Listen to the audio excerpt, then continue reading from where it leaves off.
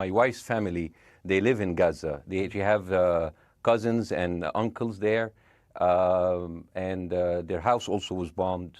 We haven't been able to communicate with them for the past 3 days. Communication are lost.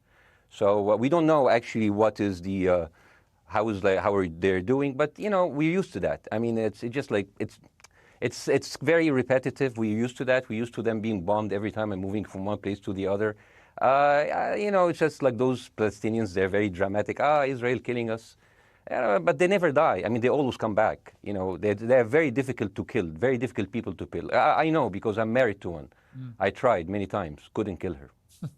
I mean, there's a dark humor there, and I understand why, because sometimes... Oh, it's not dark humor. I try to get to her every time, but she uses our kids as human shields. I can never take her out. Again, I understand the humor, but to be serious, Bassem, about this, tonight there is... I will be serious. The question is, what is a proportionate response? Because it has been different from one tier to another. So if you look to this graph, for example, this is the death of Israeli and Palestinians, and it's changing from 1 year to year. It's like fluctuating like crypto. So my question is today, what is the going rate today for human lives? I mean, 2014 was a great year for Ben Shapiro. 88 Israelis were died, and there was 2,329 Palestinians killed on the other side. That is one Israeli for 27 Palestinians. That is a very good exchange rate. What I'm saying is, what is the exchange rate for today? So you guys will be happy. That's my question. The reason that I'm using this is that, I mean, I can't remember what happened in 2014, and there was no music festival, but there must be something. I mean, they must do something. It is their fault. It has to be something. I mean, 2018, 300 Palestinians died. Who's counting, you know? So the thing is, what my question is, let's find what is the exchange rate for human life today so we know, expect the future death of Palestinians and we'll be happy to it. If you were Israel, what would you... If I was Israel. If you were Israel and that had happened to you, what would you think would be the appropriate way for the country to respond? I would do exactly like Israel did, kill as many people as possible since the world is letting me do it. I mean, I can do it because I can, you know. But the thing is, you know what, I agree with you. And you know what, I'm going to be even ahead of you because I see the question coming. Do you condemn Hamas for the atrocity? Yes, I condemn Hamas.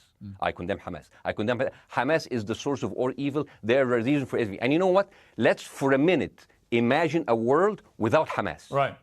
What will this word look like? Let's give this word a name, and let's name this word the West Bank. Hamas has absolutely no control in the West Bank, and since the beginning of this year, only through August, 37 Palestinian kids were killed. No music festival, no paragliding, no Hamas. Since the occupation of the West Bank, 7,000 Palestinians were killed. No music festival, no paragliding, no Hamas. I can go on and on and on and on. I really applaud Israel for doing one thing that no military force in the world does. Because I heard Ben Shapiro and I heard Ron DeSantis, and they said Israel is the only military force in the world that warns civilians before bombing them. I mean, how fucking cute. That is so nice of them. Because with this logic, if Russian troops started warning Ukrainians before bombing their houses, we're cool with Putin, right? I mean, okay, Habibi, you have warned them, go invade, it's fine, you have done your job. I mean, the thing is, and I understand, and I also heard Ben Shapiro talking about human shield. So you remember my wife's family, they live in Gaza. So I asked them, I told them, when Israel give you the nice warning, the cute warning, does Hamas force you to stay in your home so you can be bombed and use as human shield? You know what, Hassan here, my wife's cousin, he's a loser, you know. He told me, you know, when I asked him, does that happen? He told me, no. The lying son of a bitch lied to me. I told him, you don't understand. Ben Shapiro and Ron DeSantis keep saying that Israel warns you and Hamas asks you to stay put. So I told you, he's a loser. He never kept a job. He even failed in all of the interviews to become like a human shield. I would believe Ben Shapiro. If we agree that for the 14,000 casualties, I mean, who's counting, are human shield, does that mean that every single one of those civilians was standing, obscuring a military target behind them? Because that's a lot of weapons. I mean, Hamas is packing. No, of course it doesn't. And look, it doesn't. So there's some collateral damage. Lots of collateral damage. Yes. It's fine. Yeah, you kill some to save some, and then kill some more. Yeah, I agree. Yeah. Well, I agree. what would you I know. think would be an appropriate response by Israel to what happened? Well, these are years of disproportionate responses of Israel. Right. Did it solve the solution? Did it solve the problem? Did it work before? So it will work. What will be the surprise this time? What will be the twist that will make this work this time? What will be different this time? Seriously, I mean, like, this is only the last 15 years. Nikki Haley, the American presidential candidate, said, we are in Israel in this because it's a fight between good and evil. Now, if you already decided someone is good, he can do no evil. And if you decided someone is evil, it's good to kill them. Killing them is good. You see, and the thing is, it is not like something new. I mean, I look at history and I see, I'm sorry to say that, but Westerners has always dealt like this with indigenous people. You first treated them like savages, Native American, First Nation, Aboriginal. They're savages. Kill all the savages. And then when they're almost extinct, you start feeling sorry for them, like animals. So maybe the solution is that we kill as many Palestinians as possible so the few of them that remains do not bother you. The way Hamas behaved on October the 7th was like savages, like a pack of savages. It was the worst atrocity against Jewish people since the Holocaust. There has to be, of course, there has to be a response. They should be eradicated. My question for you is, notwithstanding the history, Bassem, what is the proportionate response? But I don't know. But there's no Hamas in the West Bank, and they're still dying there. So what's your excuse?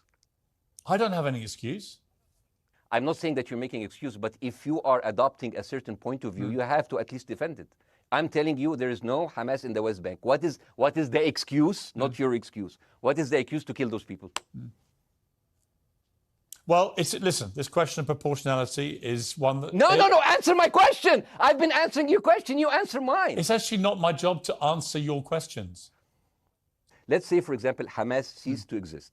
Okay? Do you hear me? Yes. Yeah, Hamas ceased to exist today. Now, right now, in Palestine, in West Bank and Gaza, 20% of Palestinians go through Israeli prison system, whether imprisonment, whether interrogation, whether torture.